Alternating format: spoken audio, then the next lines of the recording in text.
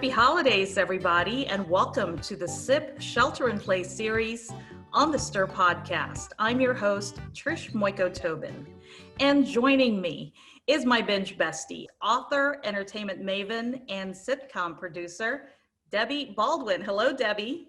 Hey, Trish. Okay, so Debbie, we are officially in the midst of the holiday season, and we cannot think of a better way to get you all in the holiday spirit by presenting back-to-back episodes of some of the top holiday and Christmas movies of all time.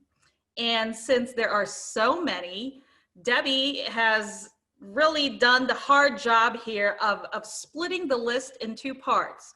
Part one, which is today's show, is a list of movies that one can describe as offbeat and zany, laugh out loud comedies that are either centering around the holidays or set during the holidays.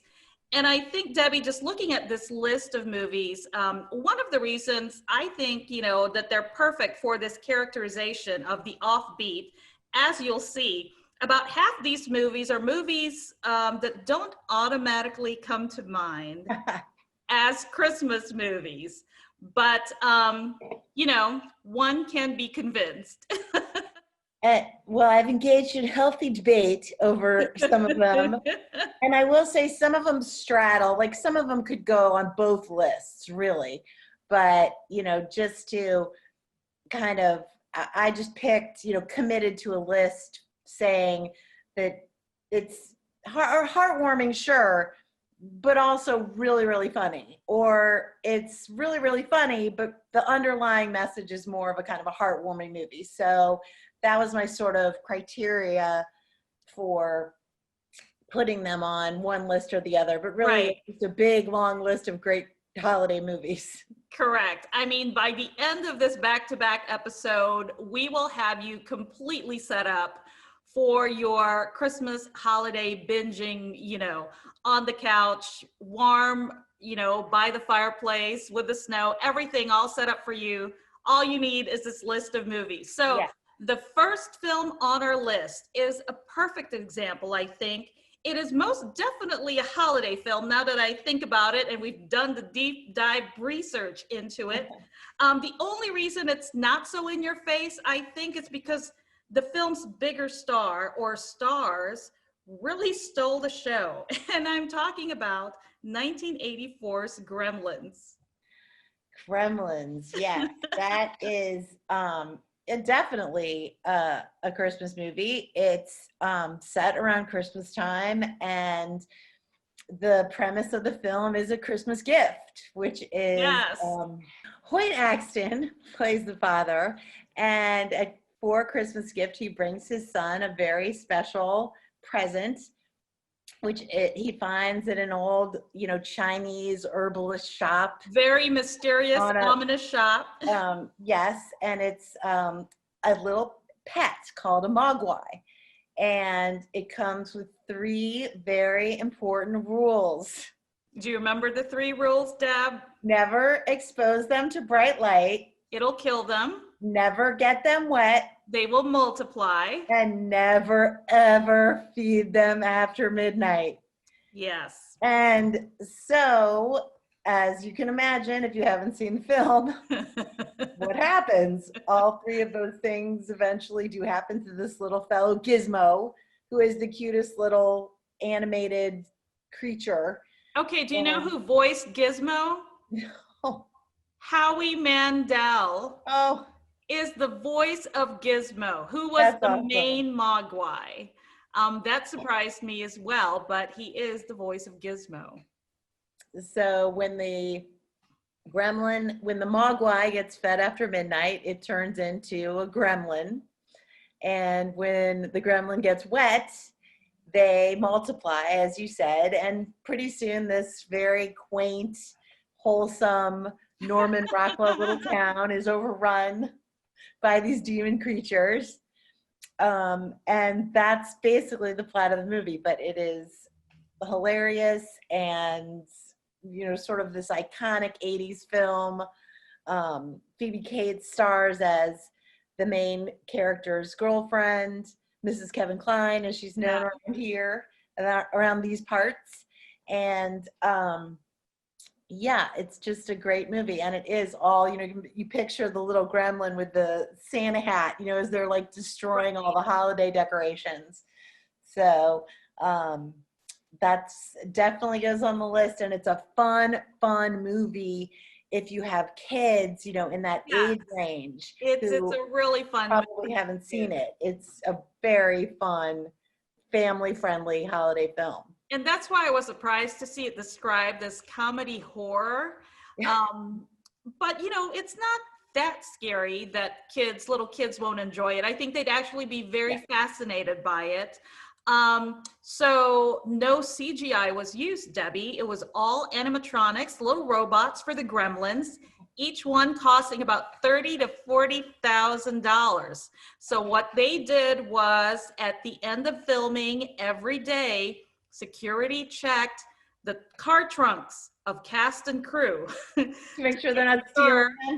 To make sure none of the Gremlins were taken. My gosh, at 30 to 40K a pop, I would check too.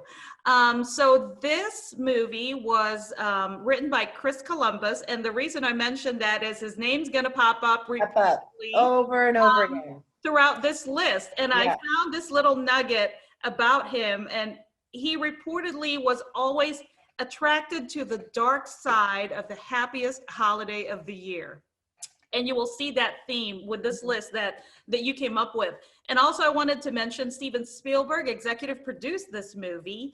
And it was this movie and Indiana Jones and the Temple of Doom that were the focus of a ratings controversy back then. I don't know if you remember that, but it ended with Spielberg successfully lobbying for that new, at the time, PG-13 rating.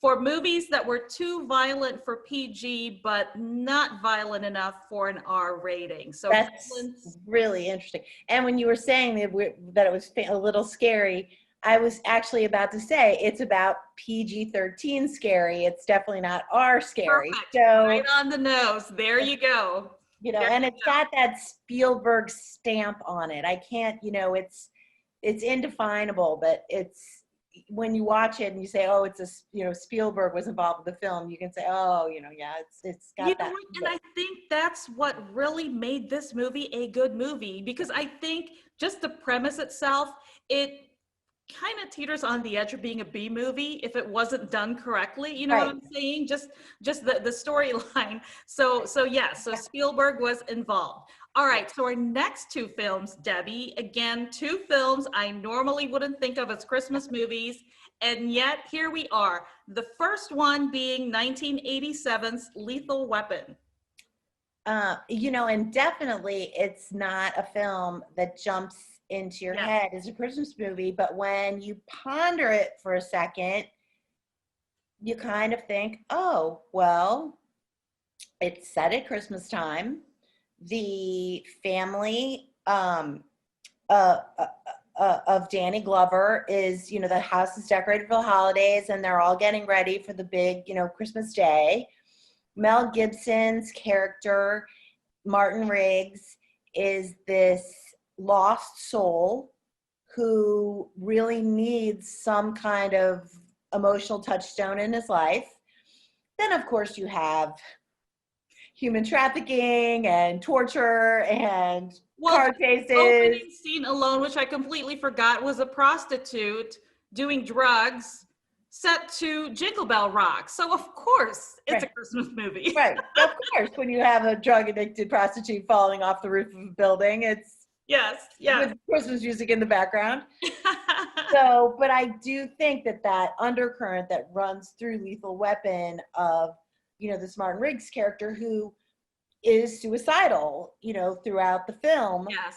And finally finding that sort of missing piece that he lost when his wife died with this family. The idea of this family has a very Christmassy message to it. It's a very Christmassy message. And the next movie, my goodness, this is an even bigger debate, Debbie. Including a recent text message exchange between the two of us Binge Besties. And that is the movie Die Hard. And I will go to the mat on this film. Die Hard is absolutely a Christmas movie. It meets all the qualifications. It is set at Christmas time. John McClane is traveling across the country to see his estranged wife and his 2 children. Then there's a lot of action and commotion. Shootings.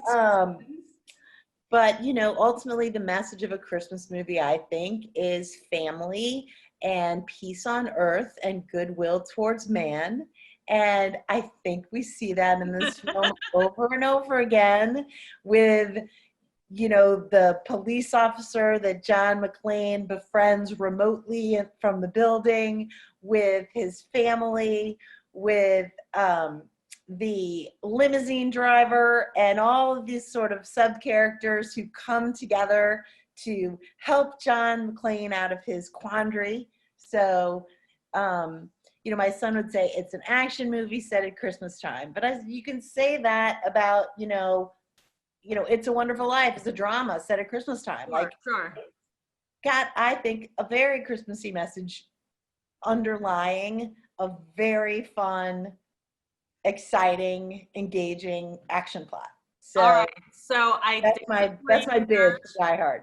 And, you know, you convinced me to look into it further. I did some research. There was a nationwide poll conducted, Debbie, in 2015, so 5 years ago, found that 62% of those polled do not think it qualifies as a Christmas movie. However, after that poll came out, that said that about 2/3 of Americans say it's not a Christmas movie, Entertainment Weekly did this in-depth article that was kind of a response to that poll, and making an argument that it is a Christmas movie.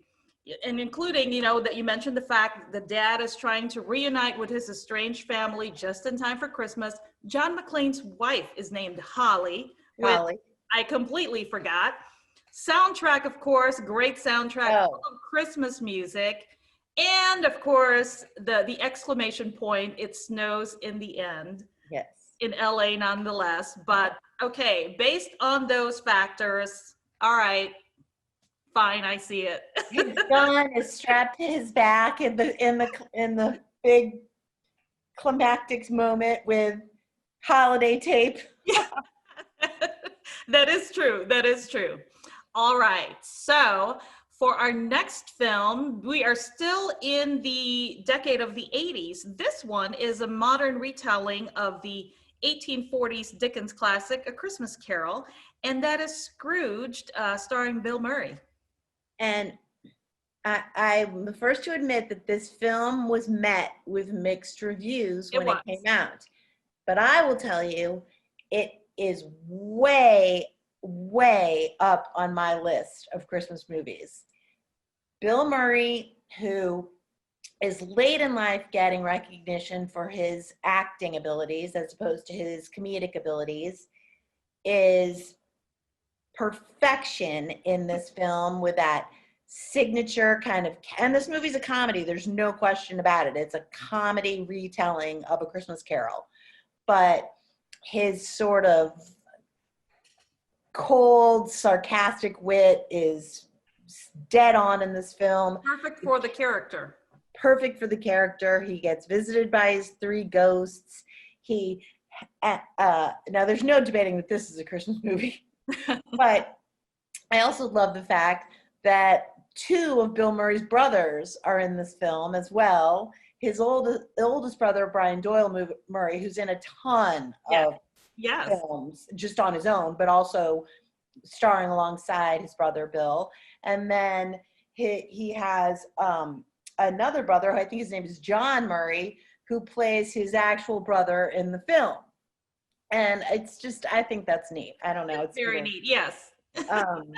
And so it's, you know, Bill Murray, and it's the Scrooge story, and he wakes up Christmas morning a new man, and, you know, has to get the love of his life, who's played by Karen Allen, to come back to him and reunite with his family. And it's a Bill Murray show, and who better to carry off, you know, a film like this than a guy who, you know, you could literally watch him do anything on camera. So Debbie, this was his first film role after Ghostbusters. he had taken a break from acting for about 4 years to live in Paris because he couldn't deal with the success of Ghostbusters, apparently. So he thought that, you know, he was a little rusty making this movie because he had been away for some time, but that's definitely not the case, because this was peak Bill Murray. Yeah. And it was no surprise that much of his lines were improvised in the movie. Director Richard Donner, when asked what it was like to direct Bill Murray, he had said in an interview, it's like standing on 42nd Street and Broadway, and the lights are out, and you're the traffic cop. That's what it's like to direct Bill Murray. Oh my God. Those of us who are fans of Bill Murray completely agree with that, completely get that. I mean, I know we say this all the time, but to be a fly on the wall, right? Yeah, exactly. Watch that happen would have been so cool. And another one of those movies, to be a fly on the wall for this movie. This movie is based on a short story published in National Lampoon magazine, written by John Hughes, and it was called Christmas 59. But this movie came out as Christmas Vacation, and starring Chevy Chase as the patriarch of the Griswold family. I'm like reaching for my notes, and honestly, who needs them for this movie? Because everybody's seen it 7,000 times. I mean, my son Charlie will walk in the door from college or wherever and around the holidays and just be like, did you record Christmas Vacation? Oh. Like, it's not even like we're going to stream it. It's like old school. We're going to have it on the VCR. Yeah. And every line, every scene. We were talking about this last week, that Christmas Vacation is actually the 4th film in the in the Vacation franchise. I thought it was second, but it is after European Vacation and Christmas Vacation. And it is, in my opinion, the funniest of the 4 films. Everything from the Christmas tree to Randy Quaid's, you know, iconic performance as the cousin, and emptying out his RV into the sewer line out front, you know, to every scene, the Christmas lights, the Christmas dinner. It pokes at every little trope of the holiday season so effectively. It's hilarious. And Chevy Chase is, again, you know, as Clark Griswold. This time we have as the rotating cast of his children, which are different in every film. It's Juliette Lewis, who, you know, has went on to a big film career, and Johnny Galecki of The Big Bang Theory, who are as Audrey and Rusty. Yes. Audrey and Rusty, right. So this is the one vacation movie where the Griswolds don't travel anywhere. But as you can see, they don't need to travel anywhere for the film to be just, you know, phenomenally funny. This, I just cannot. I know. And Brian Doyle Murray also in this film. That's right. So yeah, so that is Christmas Vacation. And, you know, I never really realized this, despite being a Christmas movie, we never get to Christmas Day in the film. It ends on Christmas Eve, and you know, it's just one of those things that when you do your research, oh yeah, that's right. That I hadn't realized that either. That's all right. So our next movie, you know, features comedian Tim Allen in his first film lead role, and you know, this was released at the height of Tim Allen's popularity. At one point, for 1 week in November of 1994, Tim Allen had the #1 TV show in the land, which was Home Improvement. He had the #1 book on New York Times best-selling list, which was Don't Stand Too Close to a Naked Man. And he had the #1 movie at the box office, which was this movie, The Santa Claus. And really an amazing success story for Tim Allen, because that's a guy who really turned his life around. I mean, he had a history of drug problems. He had a criminal record. I was going to say, I think he even went to prison. Yes, yeah. And, you know, went back and got a very successful stand-up comedy career, got the whole show Home Improvement, which was really always underrated by critics. The Americans loved it, and it was a very, very funny show. The Santa Claus is the Tim Allen show once again. Yes. It's his movie. He plays a divorced dad who, I don't say kills Santa Claus, but he is. He had a hand in it, maybe. And assumes the position of Santa by default.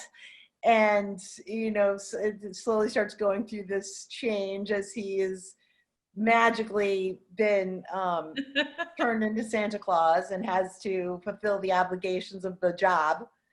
And, you know, and it's just a story about his family not believing his ex-wife and her husband don't believe in Santa Claus. They want to tell the kid there's no such thing as Santa Claus. They were sort of tainted by their own childhood experiences. And it's just a nice, round, nicely shaped film with a good story beyond the comedy of Tim Allen turning into Santa Claus, which is funny in and of itself. Right. But then they don't leave it at that. They add a nice, you know, meaty plot to go with it, with this family dynamic. And it's a very modern plot, you know, with a blended family and you know, just this interesting message, and that the adults are as sort of impacted by Santa's presence as the children. And, you know, it's just a nice film.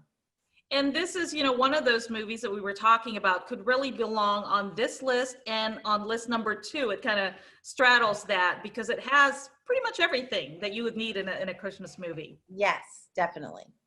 All right, so our next movie is touted as the largest film production ever to take place in Minnesota. And again, written by Chris Columbus, and it was inspired by those toy manias, the toy crazes, particularly the Cabbage Patch Kid toy craze, and then later on reflected in, you know, the Tickle Me Elmo and the Furby. And in this film, the focus of attention is the desperation over the last Turbo Man action figure. And we are talking about the movie Jingle All the Way with Arnold Schwarzenegger and Sinbad. And this is actually a very interesting story. You know, did you know they shot this film in 5 weeks? No, I did not know They that. shot it in just over a month, as you said, in Minnesota at the Mall of America. And Arnold Schwarzenegger is a workaholic. I think he's a mattress salesman in the movie, which is sort of odd. Yes. And Sinbad, who is, I want to say he's a postal worker, but they're both kind of mid-level employees, and Right. they are desperate to get this toy for their child for various reasons. Arnold Schwarzenegger's is a little more, the character's a little more fleshed out, that feels like he's never there for the kid. So of course, what does he do? He leaves the kid to go get this toy. And it's again, this Chris Columbus, you know, who likes to explore this kind of darker side of the coin of the holidays. This film explores that in the sense of commercialism and materialism, as opposed to affection and family closeness. And Arnold Schwarzenegger has to learn this lesson of which is more important, as this hunt for this toy goes to radical extremes. I just remember those scenes. Yeah. I know. And the film has an incredible comedic depth of cast, from these old Saturday Night Live people like Lorraine Newman and Phil Hartman. Was one of Phil Hartman's last films before he was killed. Harvey Korman's in this film. Martin Mull, Jim Belushi. There's always a place to laugh in every single scene. So it's, you know, it's not going to make it on AFI's 100 list. No, but it's a very entertaining film. Yeah. And Sinbad, you know, just his physical presence is, you know, stunning to begin with. And then his physical comedy, and that really worked for him. And I understand much of his lines were improvised for this film. And so as a result, his scenes with Arnold Schwarzenegger, Arnold had to improvise as a response to Sinbad improvising. So, so I bet that was that to a guy who English is not his first language. It's barely a second language. right. But yeah, I mean, Sinbad's got great timing, great comedy, and a nice foil to Schwarzenegger. They're a good match on screen. I thought so too. I thought so too. All right, our next film, written and produced by Chris Columbus. Surprise, surprise. And that is another Tim Allen movie. And this time around with Jamie Lee Curtis. And that is Christmas with the Kranks from 2004. Now, this film is an interesting, it's based on a John Grisham story. You know, I read that, and that really surprised me. Me too. But nevertheless, it was a movie, I'm sure, I don't know, novel called Skipping Christmas that he wrote in 2001. And I don't know what Grisham's thoughts on the film are, because I'm sure it took a turn. But this film, I think, is underrated. It's Tim Allen and Jamie Lee Curtis are a married couple, and they are experiencing empty nest syndrome when their daughter goes off for a stint in the Peace Corps. Yes. And she leaves on like the day after Thanksgiving. And they decide, after tallying up how much they spend on Christmas decorations and lights and the tree, that they are going to take the money they would normally spend at Christmas and go on a cruise. Seems perfectly reasonable. Which is a great premise. It's very. I'm thinking about doing it myself. The neighbors, however, played by Dan Aykroyd and Emmett Walsh, who is a fantastic character actor, object to this boycotting of Christmas.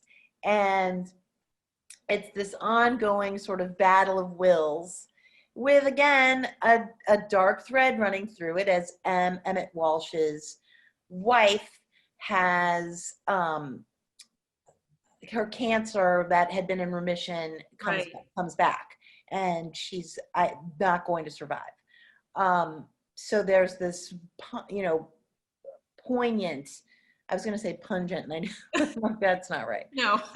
Poignant thread that's running through it, but that drives Emmett Walsh's character to insist on the celebration and the tradition.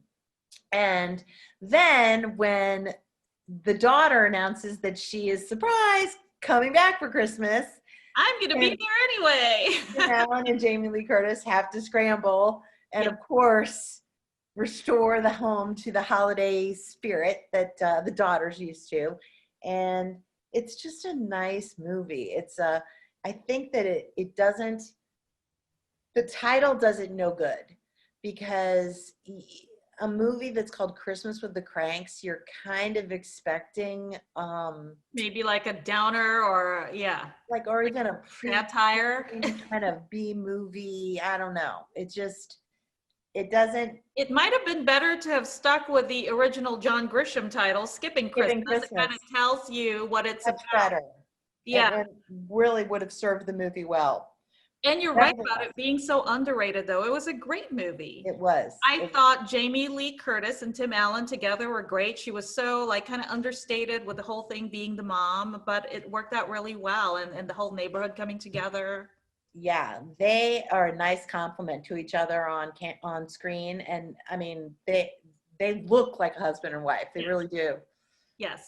All right, our next film is from 2005. Debbie, I have to admit, this one completely off my radar when it came out, and that is the movie Just Friends with Ryan Reynolds, Amy Smart, Anna Faris, and Chris Klein.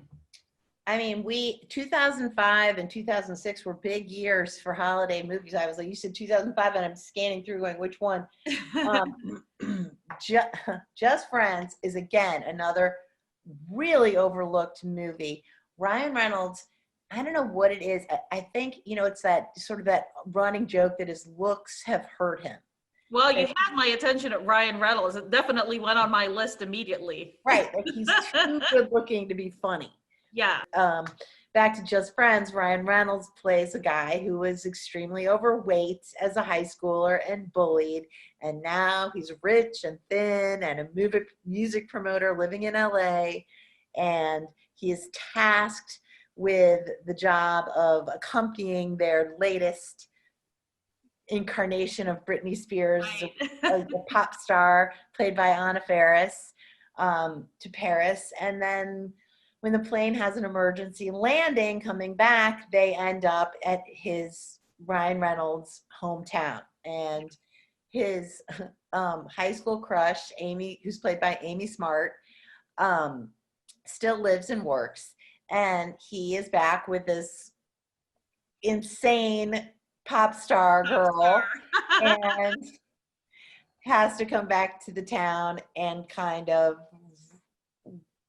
get some resolution on his relationship with her, what's happening to all the different people he interacted with when he was in high school and he was overweight. And I have to say I don't think it was necessarily that this film was 15 years old. The job they did making him fat, I thought was stupid. It was kind of intentionally comical when the movie would have been much better served if they had made it more realistic. That this guy really struggled. And it was, oh, look at him, he's Ryan Reynolds in a fat suit, as opposed to like, oh, it kind of breaks your heart that this kid who's chubby, more than chubby, is obese, is, getting really abused. And it would have, I thought, given the movie a little more gravitas and it would have helped the film. As it is, though, the film is very funny and has a great cast, and it's, a nice little romance. And it's a really cool premise. So it's definitely on my list. But of course, again, number one. It's kind of like the Brad Pitt episode of Friends. There you go. The episode titled The Rumor, when he comes for Thanksgiving with the friends and he used to be heavy like Monica. Yes. Yeah. And now the president of the I Hate Rachel Green fan club. Exactly. All right. So our next movie is relatively recent. It's from 2016. Deb, when this movie first came out, I thought it was a bit raunchy for a holiday movie, but it worked. When, as you know, the appeal of a Christmas movie is greatest during the holidays, not so much the rest of the year. So in the marketing for this film, went beyond the holidays. In some territories and countries, the movie was titled simply as Office Party or Dirty Office Party. So it really gives you an idea what the movie is all about. But we are talking officially about Office Christmas Party. And I will say this fell in a just on the line for me. I normally am not a fan of films like this. This film I would group. Well, hold on. Let me just say I would group this film in that cluster with Horrible Bosses. Yes. And Bad Teacher. And there's a couple of others that all came out right around the same time, that R-rated comedy when it made a big resurgence. Yes. In the mid 20-teens. And this one, I don't think kind of hit on as many notes as the others did. It was not as successful. But a movie like, for example, I can't stand the movie Bad Santa, which I know some people think is hilarious, but for me, it's too far afield. Yes. Yeah. This movie is a little far afield, but you've got this cast, which is T.J. Miller, Jason Bateman, Jennifer Aniston, and then a host of great SNL people, Kate McKinnon, Vanessa Bayer. It's hilarious. Every scene is funny. It does go to that crazy place with the party where you're kind of like, come on. But you just kind of have to go with it and say, this is it. There's so much insanity going on. Jennifer Aniston, once again, is the straight woman in the film. She plays the sister of the T.J. Miller's character. And TJ Miller, as you can tell just by looking at him, is the kind of goofy, carefree, lovable boss who's not really producing. Yeah. Jennifer Aniston is the more hardcore. She wants to shut down the branch. She's the company CEO, and he's, I think, the manager of that branch. Yes. And it was their family business. And I think her deal was she's always resented him because he was the dad's favorite. Yeah. Right. So, and you can certainly see why. Because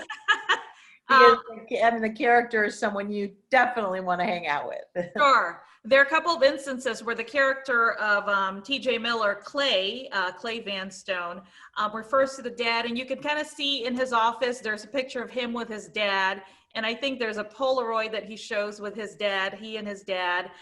If you look closely, the photo of Carol, played by Jennifer Aniston, Carol and Clay's dad, is actually a photo of Jason Bateman with a wig on. So for those of you trivia, little office Christmas party trivia, right? And I can't let this movie we can't move on without mentioning that Courtney B. Vance plays the big fish they're trying to land. They think he's a big fish, and is this very straight-laced, buttoned-up executive who accidentally ingests some illegal substances, right, and becomes the life of the party suddenly. I was gonna say his character was a pleasant surprise. Yeah. I enjoyed watching that character. It's hilarious. But yeah, Office Christmas Party is one of those movies that if you're in the mood for just an over-the-top, really funny though, just R-rated crazy movie, this is a good one. And in the mood is key here, because I remember seeing this movie 2 different times, one when I was in the mood and one when I wasn't. Yeah. And took away from it time. So our final movie for list number 1, part 1 of 2 list, is one that has been a consistent favorite over the years. A big enough favorite, Debbie, that it warrants its own 24-hour marathon on either TNT or TBS every single year, with back-to-back-to-back showings of this film. And this is the movie A Christmas Story from 1983. And the movie is iconic. There's no question. Gosh, yeah. It is a film. It's set in the 1940s about a little boy, and all he wants for Christmas is, let's see if I can remember what it is. The Red Ryder carbine action 200-shot air rifle. Right? Yeah. Is that it? Well, you forgot 2 words. Range model. Range model air rifle. 200-shot range model air rifle. There you go. Mother tells him that he'll put out an eye if he gets it. So he's not going to get the gun. And the film is told in a series of vignettes about these little things that happen to this boy and his family around the holiday season. Ralphie is his name. Ralphie. And everyone has seen the image of the friend with his tongue on the flagpole getting stuck. And yeah, it's just a charming, funny, fun, endearing film that is, and it's odd for a period piece because we don't see a lot of those, especially in Christmas movies. They're mostly current. Yeah. So this film, which was filmed in the 80s, is set in the 40s and definitely has that kind of Norman Rockwell feel to it, for sure. That's with a twist.